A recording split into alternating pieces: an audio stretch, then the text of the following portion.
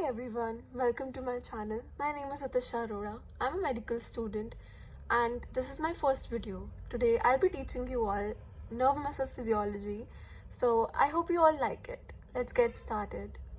So let us start with neuromuscular junction. So as the name suggests, neuromuscular. It contains a nerve and a muscle.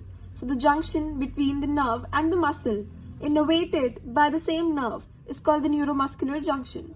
Neuromuscular junction contains a presynaptic end and a postsynaptic end. The presynaptic end contains vesicles containing acetylcholine, and the postsynaptic end contains receptors for the same acetylcholine, which is a neurotransmitter. So it helps in the transmission of impulses. Moving forward, the space between the postsynaptic and the presynaptic end is called as synapse.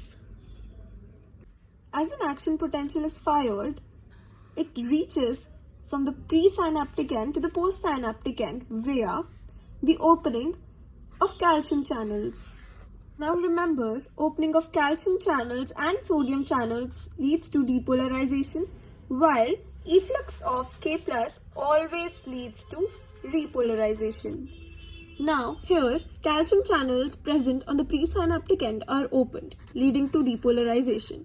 This depolarization causes release of acetylcholine from the presynaptic end and reaches to the postsynaptic end where they bind to the acetylcholine receptors.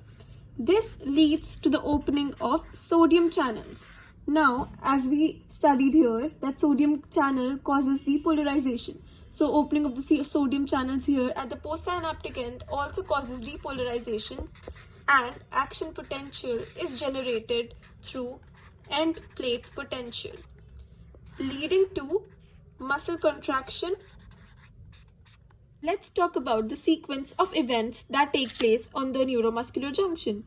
So, as the nerve impulse reaches the axon terminal, that is the presynaptic end, it leads to opening of the calcium channels.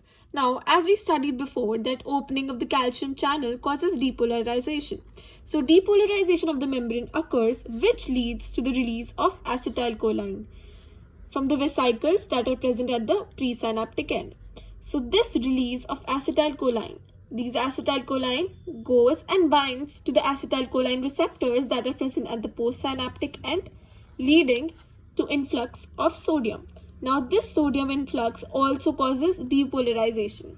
This depolarization leads to firing of the action potential due to the formation of end plate potential, leading to muscle contraction. This neurotransmitter acetylcholine is regulated by acetylcholine esterase, which is present at the synapse. Acetylcholine esterase leads to destruction of acetylcholine and regulates the transmission of impulses from the presynaptic to the postsynaptic end. Now, if we talk about the clinical manifestations of neuromuscular junction, there are two that you need to learn. First is myasthenia gravis and second is Lambert-Eaton syndrome, which will be talked about later. I hope you liked this video, and if there's any feedback, let me know. Thank you.